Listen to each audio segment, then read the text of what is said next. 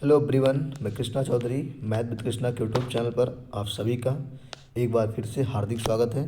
हम लोग आज की क्लास में अलंकार के बहुत ही महत्वपूर्ण प्रश्नों पे चर्चा करने वाले हैं। तो आइए शुरू करते हैं आज की क्लास को। पहला सवाल हमने लिया है, काली घटा का घमंड घटा पंक्ति में कौन सा अलंकार का प्रयोग किया गया है। सब लोग देख रहे हैं कि यूपीएसआई में पूछा हुआ सवाल है, तो ऐसा नहीं कि केवल यूपीएसआई में ही पूछेगा इस सवाल को। इस सवाल को कई एग्जाम में भी पूछ सकता है आपसे, ठीक है, और कई एग्जाम में पूछा भी है। काली घटा का घमंड घटा पंक्ति में कौन सा अलंकार का प्रयोग हुआ है। तो देखो सब लोग यहाँ पे ध्यान देंगे कि यहाँ पे घटा शब्द एक बार यहाँ आया है, एक बार यहाँ आया है। तो घटा शब्द एक से अधिक बार आया है, लेकिन उसके अर्थ अलग अलग होंगे। क्या होंगे? अलग अलग अर्थ होंगे। जैसे मैंने कहा घटा, तो पहला मतलब बादलों से लिया गया। किससे लिया गया है? बादलों से लिया गया है। और दूसरे घटा का मतलब किससे लिया गया है? देखो, पहला घटा का मतलब बादल कह रहा है, और दूसरे घटा का मतलब कम होने से कह रहा है। किससे हो रहा है? कम होने से कह रहा है। तो यहाँ पे पंक्ति में कौन सा अलंकार सबको बताया गया है कि जब एक शब्द एक से अधिक बार आएगा, उसके अर्थ अलग अलग होंगे। तो वहाँ पे कौन सा होगा? एक से अधिक बार आएगा, उसके अर्थ अलग अलग, तो यमक अलंकार। कौन सा? यमक अलंकार। ठीक है, तो हम लोग यहाँ पे टिक करेंगे ऑप्शन नंबर सी को, यमक अलंकार। उम्मीद करते हैं सबको समझ में आया प्रश्न। ठीक है, अगले प्रश्न की तरफ बढ़ते हैं हम लोग यहाँ से। अगला प्रश्न आपका है, पायो जी मैंने राम रतन धन पायो। सब लोग बहुत ध्यान से बारीकियों को देखिएगा। मैंने कहा था कि उपमेय और उपमान दोनों साथ आएंगे। राम रतन दोनों साथ आया है कि नहीं आया है? प्यारे विद्यार्थियों, ये पहचान आपको पता है कि नहीं पता है? राम रतन दोनों साथ आया हुआ है। तो पायो जी मैंने राम रतन धन पायो पंक्ति के आधार पर सही अलंकार का चयन करना है। कैसे हम लोग देखेंगे? हम लोग देखेंगे उत्प्रेक्षा अलंकार में मन मानो मनहु जन जानो जनहु होता है। अनुप्रास अलंकार में वर्ण की आवृत्ति बार बार होती है। रूपक अलंकार की जब बात करेंगे, उपमा अलंकार में सा शी शम ऐसे शब्द देखने को मिलेंगे। और रूपक अलंकार की बात करें तो इसमें आपको रूप में और उपमान दोनों साथ में आते हुए दिखाई देते हैं। तो हम लोग यहाँ पे टिक करेंगे किसको? रूपक अलंकार को। किसको टिक करेंगे? रूपक अलंकार को, ऑप्शन नंबर सी। पायो जी मैंने राम रतन धन पायो में कौन सा अलंकार है? रूपक अलंकार है। ठीक है, नेक्स्ट क्वेश्चन लेते हैं अगला। आवाज़ क्लियर आ रही है? सब लोग एक बार कमेंट करके हाँ कर दो, फिर आगे कंटिन्यू करें।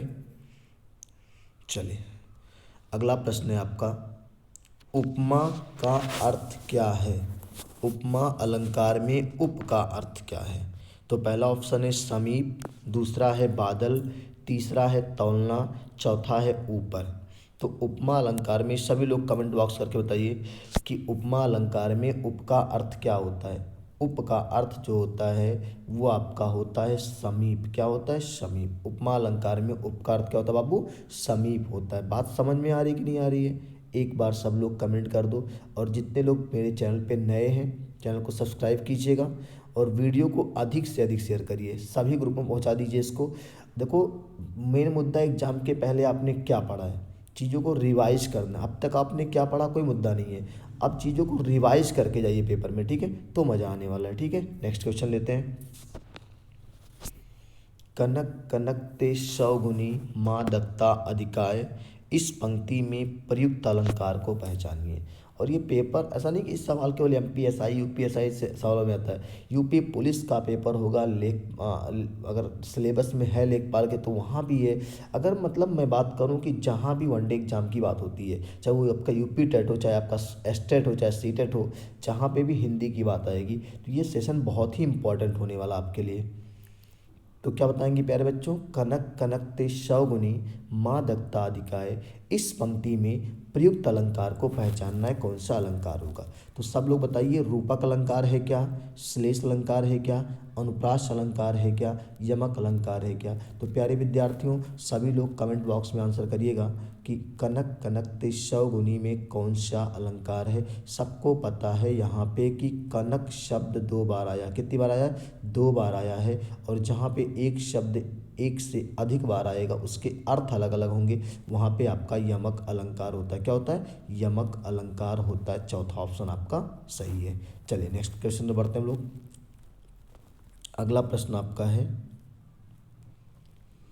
रहीमन पानी राखिए बिन पानी सब सून, और पानी गए न उबरे मोती मानुष चून।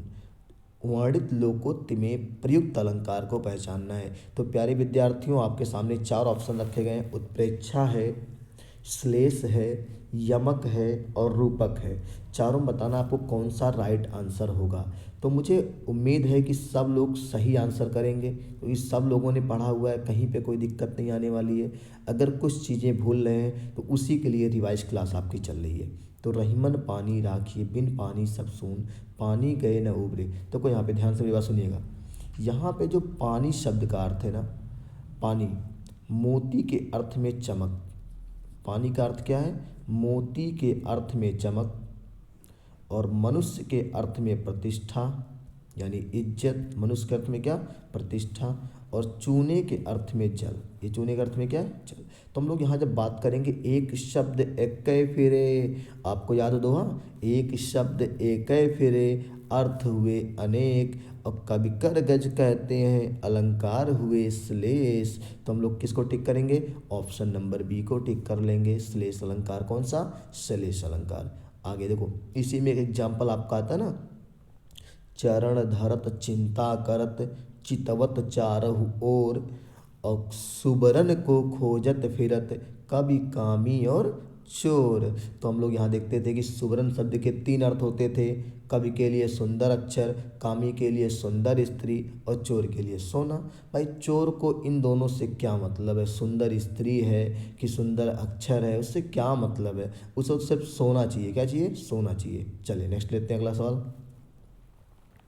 तो इसका राइट आंसर सबको क्लियर हो गया? कौन सा होगा? इसका राइट आंसर जो होगा आपका श्लेष अलंकार होगा। ठीक है, आगे बढ़ते हैं नेक्स्ट क्वेश्चन। चरण कमल बंदो हरिराई में कमल शब्द कौन सा अलंकार दर्शा रहा है? सब लोग बताएंगे चरण कमल बंदो हरिराई में कमल शब्द कौन सा अलंकार दर्शा रहा है। तो ऑप्शन आपके सामने प्यारे बच्चों, उत्प्रेक्षा, रूपक, यमक और श्लेष। तो मुझे उम्मीद है कि चरण कमल दोनों साथ में आए हुए हैं। क्या हुए हैं? दोनों साथ में आए हुए हैं। तो मुझे उम्मीद है कि आप सबको पता है कि रूपक अलंकार की पहचान होती है कि उपमेय और उपमान दोनों साथ में आते हैं। तो यहाँ पे आपका जो राइट आंसर होगा वो रूपक अलंकार होगा। क्या होगा? रूपक अलंकार होगा। ठीक है, चलिए आगे बढ़ते हैं नेक्स्ट क्वेश्चन की तरफ। अगला प्रश्न आपका है, चारु चंद की चंचल किरणें खेल रही हैं जल थल में, दोहे में चा और ला की आवृत्ति हुई है। सबको दिख रहा है चा और ला की आवृत्ति हुई है। ये कौन सा अलंकार दर्शाते हैं? अनुप्रास, रूपक, उपमा, यमक। यमक की पहचान, एक शब्द एक से अधिक बार आएगा। उपमा में सा सी सम आएंगे। रूपक में उपमेय और उपमान दोनों साथ आएंगे। और अनुप्रास की पहचान होती है कि व्यंजन या वर्णों की बार बार आवृत्ति होती है। तो यहाँ पे हम लोग देखेंगे कि अनुप्रास अलंकार, कौन सा अलंकार? अनुप्रास अलंकार। ठीक है, चलिए नेक्स्ट क्वेश्चन लेते हैं। क्योंकि यहाँ पे चा और ला की वर्ण की आवृत्ति बार बार हुई है, तो कौन सा अलंकार? अनुप्रास अलंकार। ठीक है, चलिए नेक्स्ट क्वेश्चन लेते हैं। ठीक है, अगला क्वेश्चन आपका है, जब से आँख लगी तब से ना आँख लगी, इनमें से कौन सा अलंकार का प्रयोग हुआ है? इसमें कौन से अलंकार का प्रयोग हुआ है? कह रहा है कि जब से आँख लगी तब से ना आँख लगी। तो विरोधाभास अलंकार है प्यारे बच्चों, कि अतिशयोक्ति अलंकार है, कि संदेह अलंकार है, कि अन्योक्ति अलंकार है। तो मैंने आपको बताया होगा कि जहाँ पर विरोध होते हुए भी, जहाँ पर विरोध न होने पर भी विरोध का आभास हो, वहाँ पे कौन सा अलंकार? विरोधाभास अलंकार। जहाँ पर विरोध होने पर भी विरोध का आभास, विरोध ना होने पर भी क्या हो? विरोध का आभास हो। जैसे जब से आँख लगी, मतलब किसी की आँख लगेगी, मतलब नींद उसको आएगी ना, तब से आँख ना लगी। एक तरफ कह रहा है कि जब से आँख लगी और तब से आँख ना लगी, मतलब विरोध है, वास्तविक विरोध है, लेकिन फिर भी विरोध का आभास नहीं हो रहा। देखो, जब से आँख लगी तब से आँख ना लगी, तब से आँख तब से ना आँख लगी। तो यहाँ पे कह रहा है कि जब विरोध होने पर भी विरोध न होने पर भी विरोध का आभास हो तो वहाँ पे विरोधाभास अलंकार। यहाँ पे देखेंगे विरोध न होने पर भी, भाई किसी से अगर आपको प्रेम हो जाता है प्यारे, अब समझो पहले मेरी बात को बच्चों, अगर किसी को के दो यहाँ पे आँख लगने का मतलब क्या है, दो तरीके से आप सोचोगे। आँख लगने का मतलब एक सोना होता है, एक होता है कि अगर किसी से आपको प्रेम हो जाता है तो आपको उसकी यादों में हमेशा खोए रहते हैं, आपको नींद नहीं आती है आपको।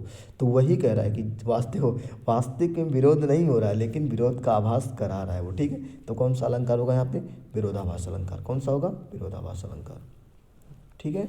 चलिए नेक्स्ट क्वेश्चन लेते हैं।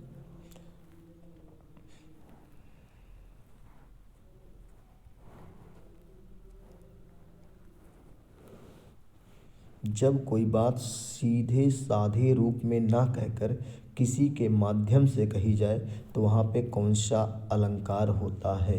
जैसे आपने देखा होगा कि वहाँ पे आपने देखा होगा कि नहीं पराग नहीं मधुर मधु नहीं विकास यही काल, अली कली ही सो विंध्यो आगे कौन हवाल। यहाँ पे भौरे और कली के माध्यम से जयसिंह को सचेत किया जा रहा था। जब कोई बात सीधे साधे रूप में ना कहकर किसी के माध्यम से कही जाएगी तो वहाँ पे कौन सा अलंकार होगा, वहाँ पे प्यारे बच्चों अन्योक्ति अलंकार हो। क्या होगा, अन्योक्ति अलंकार होगा। ऑप्शन नंबर बी को टिक करेंगे। अब मुद्दा आता है कि अन्योक्ति अलंकार है तो अब अन्योक्ति शब्द में संधि पूछेगा आपसे, क्या पूछेगा, तो आप कहेंगे कि अन्योक्ति में गुण संधि है। कौन संधि है, गुण संधि है। और कहेंगे अन्य धन उक्ति, क्या कहेंगे, अन्य धन उक्ति संधि का नाम पूछेगा तो क्या बताएंगे, गुण संधि। क्या बताएंगे, गुण संधि। बात समझ में आ रही है। चलिए नेक्स्ट क्वेश्चन लेते हैं।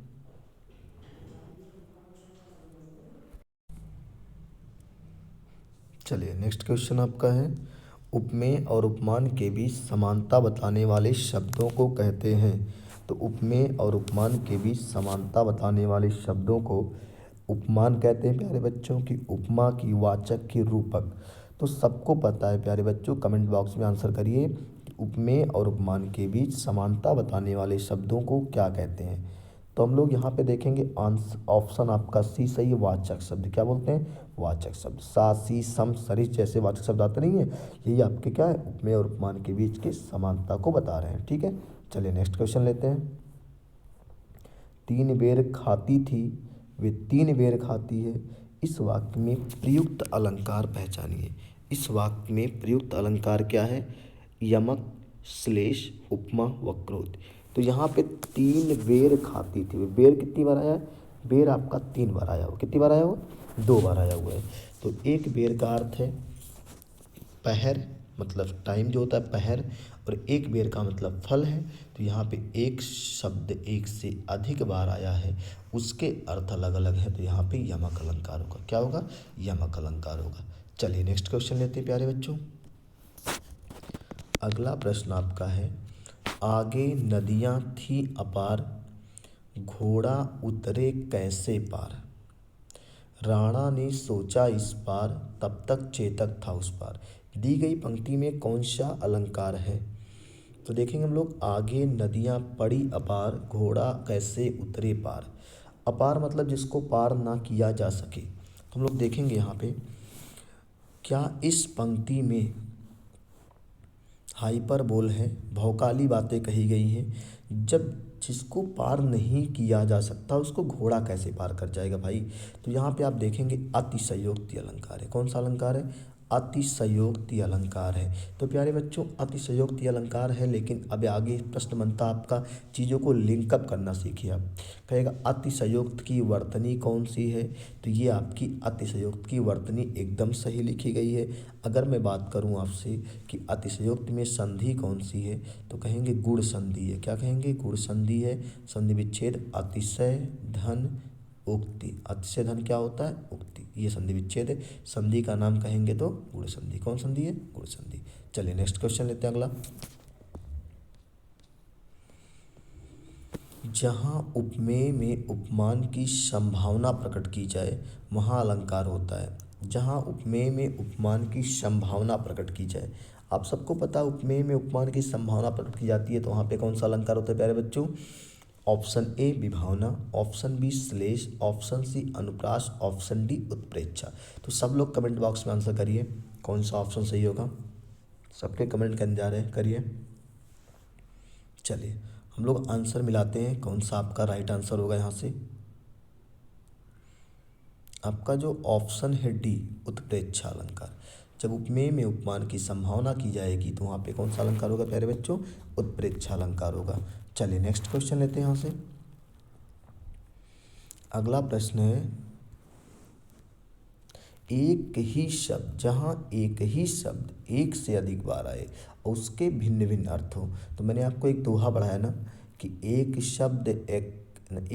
शब्द एक से अधिक बार आए और उसके अर्थ भिन्न भिन्न हो। तो जब श्लेष में क्या होता है, एक शब्द एक ही बार आता है, लेकिन यहाँ देखो एक ही शब्द एक से अधिक बार आए उसके अर्थ भिन्न भिन्न हो। तो यहाँ पे कह रहा ना कि यमक में जोड़ा आकर अलग अर्थ दर्शाता, तो यमक अलंकार क्या होगा, यमक अलंकार। ये आपका ऑप्शन सी सही, यमक अलंकार। चलिए प्यारे बच्चों आगे बढ़ते हैं। एक अगला है,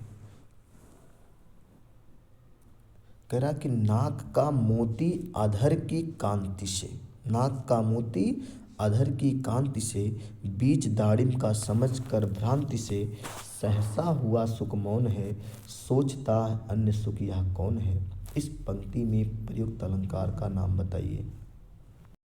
चलिए तो इसका ऑप्शन आपका है भ्रांतिमान अलंकार, अन्योक्ति अलंकार, दृष्टांत अलंकार और प्रतीप अलंकार। तो देखिए फिर से सुनता हूँ। नाक का मोती अधर की कांति से, बीज दाड़िम का समझकर भ्रांति से, सहसा हुआ सुख मौन है, सोचता अन्य सुख यह कौन है। तो अब देखो यहाँ पे तोता जो है ना, नायिका के नाक के मोती को अनार का दाना समझ बैठा है। दाढ़ी मतलब अनार, अनार का दाना समझ बैठा है और उसको भ्रम हो गया कि ये दूसरा तोता कहाँ से आ गया। तो यहाँ पे जब नायिका के होठों की लालिमा उस मोती पर पड़ती है तो वो लाल कलर का चमकता है। तो उस तोते को भ्रम क्या हो गया कि वो अनार का दाना है, और अनार का दाना समझकर उसे क्या हो गया, भ्रांतिमान अलंकार हो, क्या हो गया, भ्रांतिमान।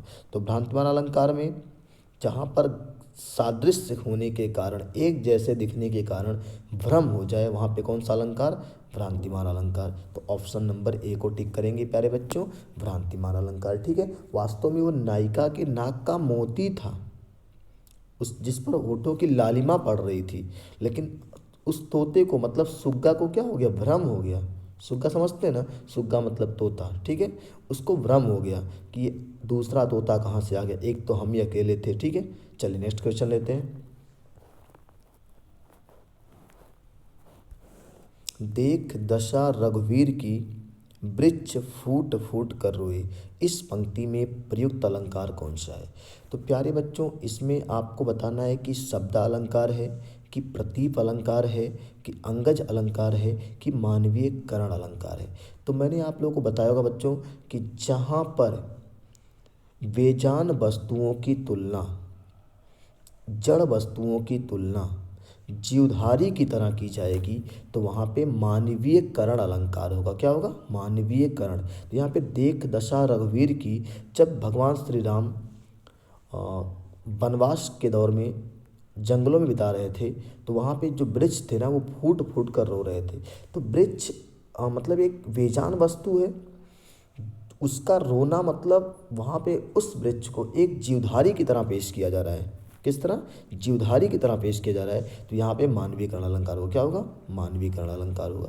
तो आपको मानवीयकरण की पहचान क्लियर हो गई। क्या कह रहा है कि जहाँ पर बेजान वस्तुओं की तुलना किसी जीवधारी की तरह की जाएगी वहाँ पे मानवीयकरण अलंकार होता है। देखो पिछली बार के सुपर टेट में एक सवाल पूछा था कि अलंकार शब्द में कौन सा उपसर्ग है। इसमें अलंकार शब्द में तो आप बताएंगे अलंकार का संधि विच्छेद होता है अलम धन कार। क्या होता है, अलम धन कार। उपसर्ग पूछेगा तो अलम बताएंगे, संधि पूछेगा तो क्या बताएंगे, व्यंजन। क्या बताएंगे, व्यंजन संधि है। बात समझ में आ रही है। अलंकार में व्यंजन संधि है, अलम धन कार संधि विच्छेद होता है, अलम उपसर्ग होता है। और इस पूरी पंक्ति में देख दशा रघुवीर की, वृक्ष फूट फूट कर रोए में आपका मानवीय करण अलंकार है। बात समझ में आ रही है। चलिए प्यारे बच्चों आगे बढ़ते हैं हम लोग। अगला प्रश्न है, निंदक नियरे राखिए आंगन कुटी छवाए, और बिन पानी साबुन बिना निर्मल करत शुभाए। पंक्ति में प्रयुक्त अलंकार का नाम बताना है। तो प्यारे बच्चों, पहला ऑप्शन दिया है आपके इसमें विभावना, दूसरा विशेषोक्ति, तीसरा उपमा, चौथा विरोधाभास। तो हम लोग देखेंगे यहाँ पे जो पहला ऑप्शन है, चलिए तो यहाँ हम लोग देखेंगे कि निंदक नियरे राखिए आंगन कुटी छवाए, और बिन पानी साबुन बिना निर्मल करे शुभाए। पंक्ति में प्रयुक्त अलंकार का नाम बताना है प्यारे बच्चों। तो विभावना अलंकार है कि विशेषोक्ति अलंकार है कि उपमा अलंकार है कि विरोधाभास अलंकार है। तो सबको पता है, मैंने आपसे बताया होगा कि जहाँ पर कारण के ना रहते हुए भी कार्य की उत्पत्ति हो, वहाँ पे कौन सा अलंकार होता है? विभावना अलंकार। कौन सा होता है? विभावना अलंकार होता है। ठीक है, तो यहाँ पे कारण के ना रहते हुए भी, मतलब निंदक नियरे राखे आंगन कुटी छवाए, निंदा करने वालों को अपने आंगन में कुटिया छवा के रखना चाहिए।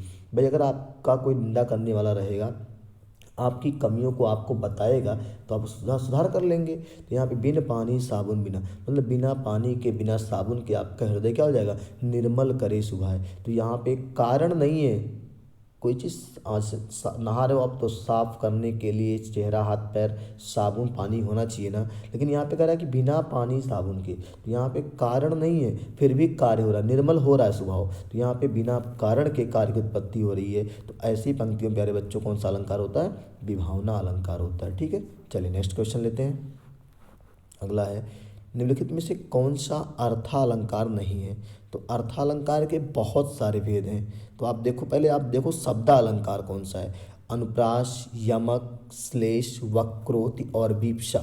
अनुप्रास, यमक, श्लेष, वक्रोति और विवक्षा। तो यहाँ पे शब्दालंकार में आप देखोगे तो श्लेष आएगा। क्या आएगा? श्लेष आएगा, यहाँ पे ये आएगा। तो जब ये श्लेष शब्दालंकार है तो अर्थालंकार होने का प्रश्न बनता ही नहीं है। तो ये ऑप्शन नंबर आपका सी है। कौन सा अर्थालंकार नहीं है? तो आपका श्लेष अलंकार नहीं है। ठीक है, नेक्स्ट क्वेश्चन लेते हैं अगला। पानी परात को हाथ छुयो नहीं, नयनन के जल सो पग धोयो। पानी परात को हाथ छुयो नहीं और नयनन के जल सो पग धोयो, इस पंक्ति में कौन सा अलंकार है? तो बाबू मेरे, श्लेष होगा नहीं, रूपक होगा नहीं, उपमा की बात तो कर नहीं रहा है, मतलब बहुकाल की बात कर रहा है। बिना पानी पर, मतलब बिना परात में जो पानी रखा था उसको छुए। जैसे आप लोग देखते होंगे इसका एग्जाम्पल, जब कभी आपके घर बुआ हुआ है, देखो बुआ जब आती है ना, तो मम्मी आपकी पैर धुलती है बुआ के। तो अब जैसे ना कि उस परात में, बर्तन में पानी रखती हैं, फिर उसमें पैर धुलती हैं। तो यहाँ पे कह रहा है कि पानी परात को, यहाँ पे श्री कृष्ण सुदामा के पैर को धुलते हैं। किससे? अपने आँखों के आंसुओं से धुल देते हैं। तो यहाँ पे भौकाल है पूरा पूरा, और जहाँ पे भौकाल होता है वहाँ पे कौन सा अलंकार होता है? अतिशयोक्ति अलंकार होता है। क्या होता है? अतिशयोक्ति अलंकार होता है। अतिशयोक्ति अलंकार में आपको बातें बढ़ा चढ़ाकर कही जाती हैं। ठीक है, नेक्स्ट क्वेश्चन लेते हैं अगला। मैया मैं तो चंद्र खिलौना ले हो, पंक्ति में कौन सा अलंकार है? तो यहाँ प्यारे बच्चों आप देखेंगे कि यहाँ पे जो आपका है चंद्र खिलौना, दोनों साथ में आया हुआ है। उपमेय और उपमान दोनों साथ में आए हुए हैं, और जहाँ पे उपमेय और उपमान दोनों साथ में आते हैं वहाँ पे आपको बता चुका हूँ कि रूपक अलंकार होता है। कौन सा अलंकार होता है बाबू? रूपक अलंकार होता है। चलिए सब लोग टिक करेंगे ऑप्शन नंबर डी को, रूपक अलंकार होगा। ठीक है, अगर ये वीडियो आपको अच्छा लग रहा है, मैं बार बार कह रहा हूँ कि इस वीडियो को आपको पूरा देखना है, लास्ट तक देखना है, और अपने फ्रेंड सर्कल में शेयर कर दीजिए। जो बच्चे हमारे चैनल पर नए जुड़े हैं, चैनल को सब्सक्राइब कीजिएगा और बेल आइकॉन जरूर प्रेस कीजिएगा, जिससे अगली वीडियो आपको नोटिफिकेशन आपको मिल जाए। ठीक है, चलिए नेक्स्ट क्वेश्चन लेते हैं अगला। काव्यांश में निहित अलंकार बताना है। देख लो साकेत नगरी है यही, स्वर्ग से मिलने गगन को जा रही। देख लो साकेत नगरी है यही, स्वर्ग से मिलने गगन को जा रही। तो अतिशयोक्ति अलंकार होगा कि श्लेष अलंकार की, रूपक अलंकार की, अन्योक्ति अलंकार? तो प्यारे बच्चों सभी लोग कमेंट बॉक्स में आंसर करिए। अतिशयोक्ति अलंकार होगा। क्या होगा? अतिशयोक्ति अलंकार होगा। कैसे पता? यहाँ पे भी साकेत नगरी की बातें बढ़ा चढ़ा कर कही गई। कोई नगरी इतनी ऊंची कैसे हो सकती है कि उस स्वर्ग से मिलने गगन में जा सकती है? तो यहाँ पे क्या है, साकेत नगरी की बातें बढ़ा चढ़ा कर कही गई हैं। तो यहाँ पे कौन सा अलंकार होगा? अतिशयोक्ति अलंकार होगा। चलिए प्यारे बच्चों, अगले प्रश्न की तरफ बढ़ते हैं हम लोग। अगला है, निम्नलिखित पंक्तियों में निहित अलंकार का नाम बताना है। कौन द्वार पर, क्वेश्चन मार्क दिया है, कौन द्वार पर क्वेश्चन मार्क के बाद दिया है। तो कह रहा है कि जवाब आता है राधे मैं हरि, क्या बानर का काम यहाँ। देखो यहाँ पे आप देखेंगे ध्यान से, बहुत ही इंटरेस्टिंग है ये। राधिका और श्री कृष्ण के बीच संवाद हो रहा है। तो जब अंदर से आवाज़ आती है, घर के अंदर से आवाज़ आती है कि कौन द्वार पर खड़ा है, तो बाहर से श्री कृष्ण जवाब देते हैं कि राधे मैं हरि, राधा मैं हरि हूँ। तो हरि का एक अर्थ श्री कृष्ण भी होता है और हरि का अर्थ बंदर भी होता है। तो राधिका जानबूझकर, राधा क्या करती है, राधा जानबूझकर हरि का अर्थ बानर से लगाती हैं। किससे लगाती हैं? बानर से लगाती हैं। तो कहती हैं कि हमारे द्वार पर बानर का क्या काम है, यहाँ पे क्या कर रहे हो, जाओ यहाँ से, हमारे द्वार पे बानर का क्या काम है। तो जब श्रोता के द्वारा जानबूझकर शब्द का अलग अर्थ लिया जाता है तो वहाँ पे आपका वक्रोक्ति अलंकार होता है। प्यारे बच्चों, कौन सा अलंकार होता है? वक्रोक्ति अलंकार होता है।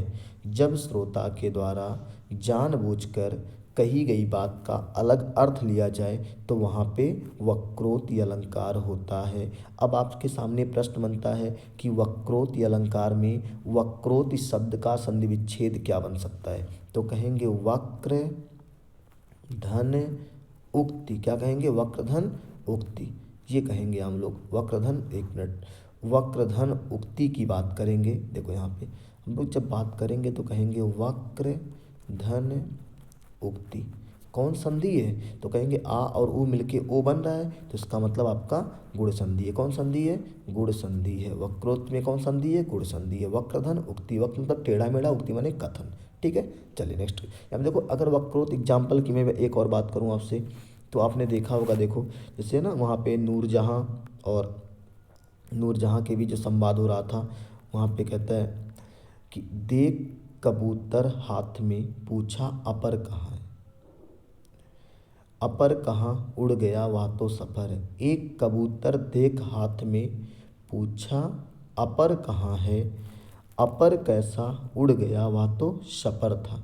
तो यहाँ पे जब नूरजहाँ से सवाल करता है कि दूसरा कबूतर कहाँ है, अपर मतलब दूसरा, तो नूरजहाँ जानबूझ के अपर का मतलब लगाती है बिना पंख वाला। ठीक है, बिना पंख वाला लगाती हैं। तो कहती हैं कि अपर कहाँ, बिना पंख का कहाँ था, वो तो उड़ गया, सपर था, पंख के साथ था। तो यहाँ पर जब श्रोता के द्वारा जानबूझकर शब्दों का अलग अर्थ लगाया जाता है तो वहाँ पे कौन सा अलंकार होता है? वक्रोक्ति अलंकार होता है। क्लियर है? बात समझ में आ रही है? चलिए, जैसे ना एक आप चलिए आगे और भी एग्जाम्पल करेंगे हम लोग वक्रोक्ति अलंकार के। ठीक है, हाँ। राधिका जी कहती है को तुम हो, को तुम हो, इति आए कहाँ, इति आए कहाँ। तो अंदर बाहर से आवाज आती है घनश्याम है। घनश्याम मतलब श्री कृष्ण कहते हैं घनश्याम है हम, राधे घनश्याम है। तो राधिका जी कहती हैं तब बादल हो, राधिका जी बादल से अर्थ, घनश्याम का अर्थ बादल से लगाती, कहती है जब बादल हो तो यहाँ क्या कर रहे हो, जाओ कहीं बरसो, या हमारे यहाँ क्या करने आए हो। तो यहाँ पे राधिका जी के द्वारा घनश्याम का अर्थ जानबूझकर बादल से लगाया गया है, तो वक्रोक्ति अलंकार होगा। ठीक है, तो बहुत ही इंटरेस्टिंग अलंकार है ये वक्रोक्ति अलंकार। चलिए आगे नेक्स्ट लेते हैं हम लोग। अगला है हरिपद कोमल कमल से, हरिपद कोमल कमल से इस पंक्ति में कौन सा अलंकार है? उत्प्रेक्षा, उपमा, रूपक, एमक। तो प्यारे बच्चों, सब लोग कमेंट बॉक्स में आंसर करिएगा कि रूपक अलंकार नहीं है, क्योंकि हरिपद कोमल कमल दोनों, हरिपद और कमल दोनों बहुत दूर दूर हो गए हैं।